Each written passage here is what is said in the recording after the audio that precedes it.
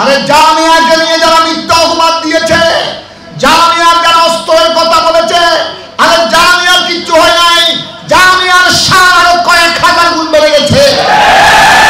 কুতুবুল আউলিয়ার জামিয়ার প্রতিষ্ঠাতার বেলায়েতের শান গোটা পৃথিবীতে চলে গেছে। যে মিথ্যা অপবাদ দিয়েছে এখন চিন্তা করতে হবে তার কি হাসর চলছে। তুমি কি করেছো, কি করেছো? একজন আমাদের দায়িত্বশীল ব্যক্তি হয়ে আমাদের পার্টিকে শেষ করে দিয়েছো, এখন তাদের হাসর নসর শুরু হয়ে গেছে। শেরে মিল্লাত আল্লামা নাঈমী রহমতুল্লাহ আলাইহি কয়েকবার এই ওয়াজ করেছেন। দাদা হুজুর কুতুবুল আউলিয়া সৈয়দ আহমদ শাহ শ্রীকুটি আলাইহি রহমা ওয়া রিদওয়ান, তিনি তখন বর্মায় বাঙালি মসজিদের খেদমতে ছিলেন। ওখানে একটা তৎকালীন সিঁড়ি ছিল, মসজিদের সিঁড়ি ছিল তক্তা কাঠের। দাদা হুজুর কুতুবুল আউলিয়া সৈয়দ আহমদ শাহ শ্রীকুটি বানিয়ে জামে আহমদিয়া সুন্নিয়া ওই সিঁড়ি দিয়ে উঠছিলেন। এমত অবস্থায় একটা বিসর্গ সর্প, অত্যন্ত বড় বিষওয়ালা সর্প দাদা হুজুরকে পায়ে আঘাত করেছিল,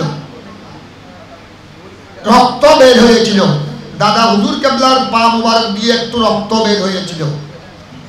খাদেম যখন দেখলেন, ওই বাঙালি মসজিদের খাদেম, ইনি দাদা হুজুরের পা মুবারকে রক্ত দেখে বিচলিত হয়ে পড়লেন যে বিষাক্ত সর্প দংশন করেছে, হুজুর কেবলার পা মুবারকে রক্ত দেখা যাচ্ছে, কোনো বিশেষ প্রতিক্রিয়ায় কোনো অন্য কোনো ব্যতিক্রম হবে কিনা তিনি অত্যন্ত বিচলিত হয়ে পড়লেন।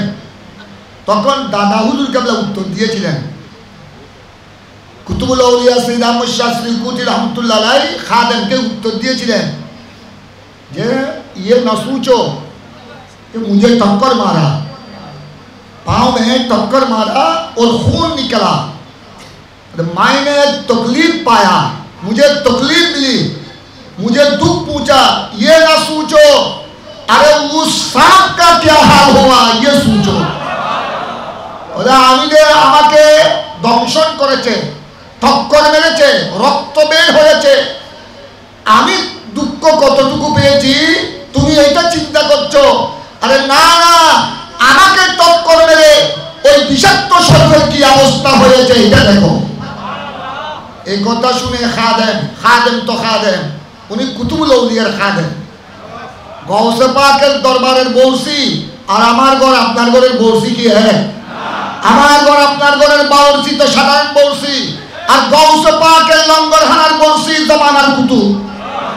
ইয়ো কুতুবুল আউলিয়ার খাদেম, এটা আমার আপনার ঘরের খাদেম নয়, এটা তো কুতুবুল আউলিয়ার খাদেম, এটা বেলায়েতের তাজদার।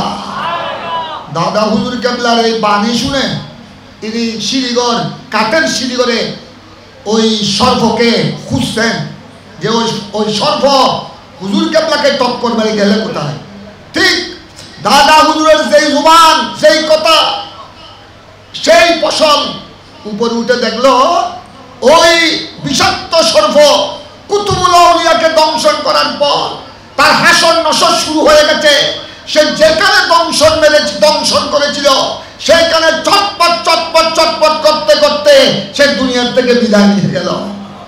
ইয়ো ঠিক তদ্রুপ আমার বাগিনা মাওলানা আশরাফুজ্জামান আল কাদরি মুহাদ্দিস সাহেব সুন্দর কথা বলেছেন, তবে আমি আরেকটু যুক্ত করতে চাই।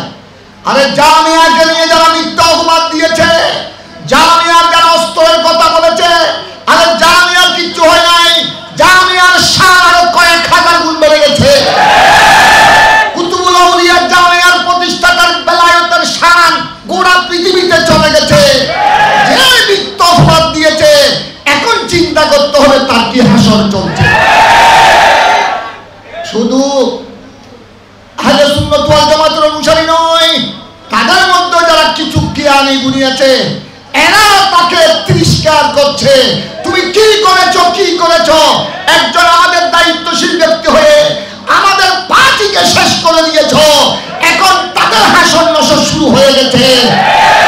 সবাইকে ধন্যবাদ। আসসালামু আলাইকুম।